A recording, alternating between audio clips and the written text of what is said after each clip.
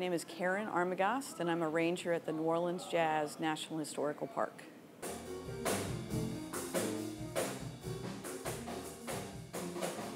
And we are a park that's dedicated to interpreting the history and the development of jazz.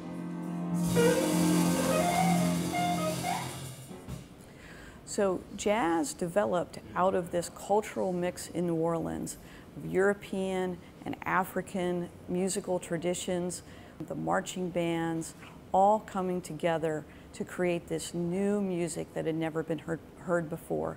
And it was really driven by dancers. Musicians wanted dancers to move, and dancers wanted musicians to play hot new licks. And that's how jazz was born.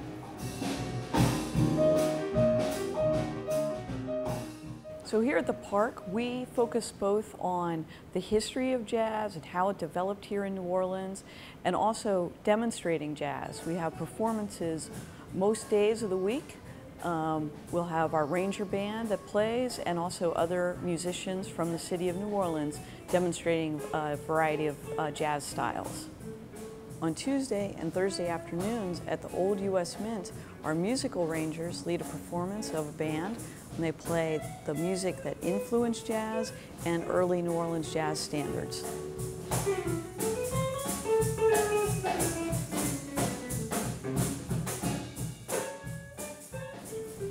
So the New Orleans Jazz National Historical Park will build programming for certain months of the year. March is Women's History Month, and April is Jazz Appreciation Month. So we'll do special programs that fit those themes.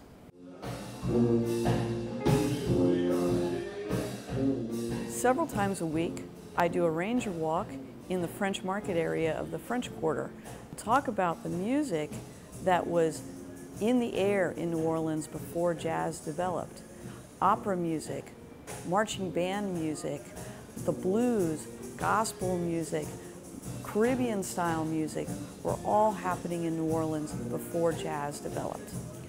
On my walk, I always point out the studio of our local radio station, WWOZ. This is our local jazz and heritage station that plays Louisiana music all week long. The plaza above Jackson Square, so they can see Jackson Square that has looked basically the same way it does today since the 1850s. And they can also see the Mississippi River and the paddle boats that run up and down the Mississippi River and help spread jazz to the rest of the country.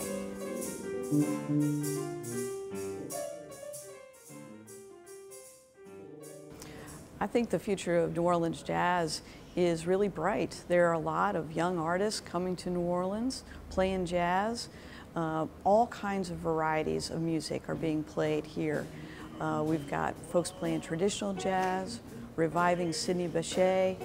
People are playing more contemporary, modern jazz, trombone shorty that are taking New Orleans music worldwide. And so I think things are really looking good for New Orleans jazz.